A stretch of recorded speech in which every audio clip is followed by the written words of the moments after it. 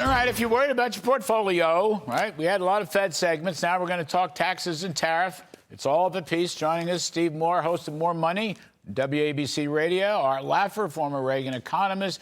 Both managed to write the Trump economic miracle without me. I don't know how they did it. And we're back with EJ Antoni from the Unleashed Prosperity Hotline. So I read your article today, Why Soak the Rich Tax Hike is a Disaster. Steve Moore, Trump will never sign on to a tax hike. He's not going to do it. He is not going to do it. And you know what? Here's a reason, a couple of reasons. Newt Gingrich was so brilliant last night. One is 44 Republican senators signed Grover Norquist's tax protection pledge, and 180 Republican House members, I think slightly more. So if the White House ever pushed a tax hike, they'd all vote against reconciliation and would destroy that whole story. The other thing that I think is important is, and this is what Newt also said, that Trump is much more a Reagan Republican than he is a Papa Bush Republican, okay? Now, George W. Bush somewhere's in between because he was a tax cutter. But he's a Reagan Republican. He's not going to go out there and raise taxes on small businesses. He doesn't believe in punishing success, Steve Moore. So that's why I know there's these stories, and you read them and you hear them, and there might be some bureaucrats in the White House making trouble. I just don't believe it. Trump will not sign a tax hike. That's my pledge. What's yours? Yeah, I'm with you on that, totally. By the way, I think the three of you on this screen with me would be a lot better Fed chairman than the guy we have right now. So you all have my votes, okay?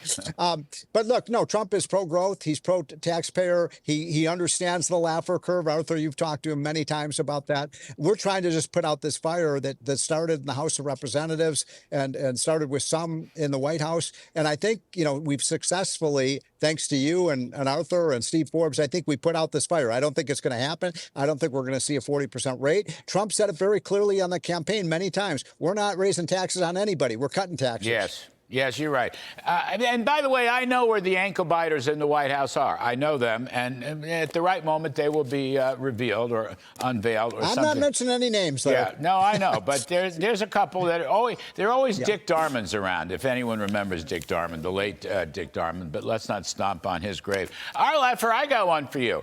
Newt Gingrich said, let's make all the personal tax cuts retroactive. I would make all the tax cuts retroactive. And I believe President Trump has said January 20th, I'd make them all retroactive to January 1st. The minute that bill is signed, let's say in July 4th or whenever it's signed, you get the money going all the way back to January 1st, Arthur. Retroactive tax cuts. What do you think? Well, if they're needed, yes, of course you'd make it retroactive and make it one continuous process. The thing that bothered me, Larry, really bothered me, was that Ben Stein piece, you know, on Ferris Bueller's Day Off. Yes. You know, they stopped it right at the Smoot-Hawley. The next 5 seconds is me and the Laffer curve, and they don't do that. They cut me out of that. I'm going to sue them. I'm going to sue them for that. We have a picture. Really we have a picture of the Laffer by the way, curve. There it is, Arthur. You're on the full screen. Rejoice. There you go. I love it. That's Steve Forbes. This is the best press coverage you've had in 40 years. There's the Laffer curve.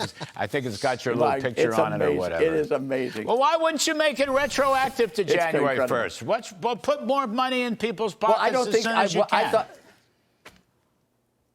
I thought the tax cuts actually didn't go away until January 1st, 2026.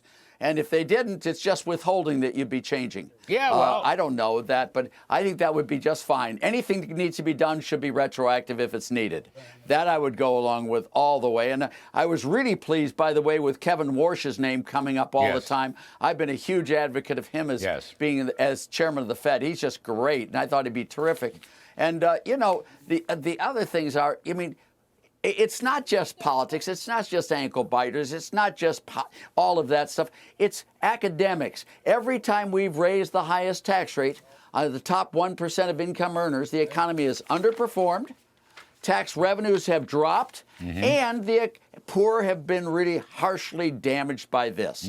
I mean, those are the facts, Larry. And whether your politics are this, that, or the other, you can't ignore facts. And the facts there are just very clear. No one should want to raise the highest marginal income tax rate, period. EJ, I got this is from a very good piece today on Fox News Digital. A chap named Justin Haskins from the Heartland Institute. I don't know, you may know him, you may not. The biggest winners on a percentage basis were the middle and lower income people from the Trump tax cuts.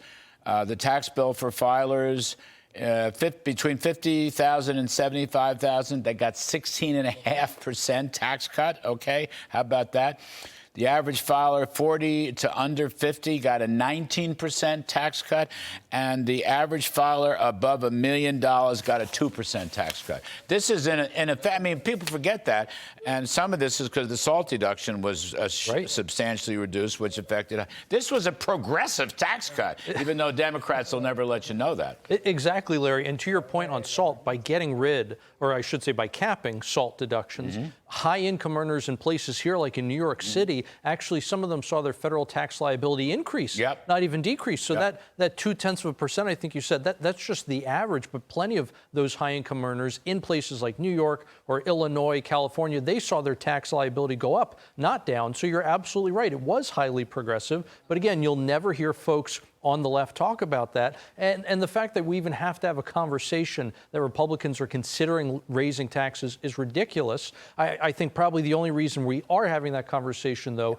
is because of the crazy scoring that they do at the Congressional Budget Office. And frankly, they need to just clear house at the CBO. They need to put people in there who are willing to do dynamic scoring of these tax cuts. Because not in my lifetime, but it's a great idea. Here's hoping, because then you would see, okay, when we reduce these top marginal income tax rates, we don't get less tax revenue, we get more. That's the record of history for 100 years now. All right, before we run out of time, Steve Moore, Mr. Trump was very bullish about getting fair trade, getting good reciprocal fair trade deals today. He was entertaining Giorgia Meloni, the Prime Minister of Italy, if that's her name. He seems to like her. He talked about the EU. He talked about Japan. He even talked about China. China does have a new potential team leader. Anyway, Steve Moore, you know, one of the reasons that I'm so miffed at Jay Powell is because Jay Powell is prejudging Trump's trade initiatives to be a failure. Jay Powell doesn't know that. No one knows that. Trump may well turn out to be one smart guy, what he's doing. I know there was shock and awe, and some of those calculations didn't make a lot of sense. But the fundamental point, market access, lower tariffs on both sides, lower non-tariff barriers. You know, you have to jolt the system to get it done, Steve. I'm telling you, he may turn out to be right, and Jay Powell and others who second guess him may turn out to be very wrong. Give you the last word.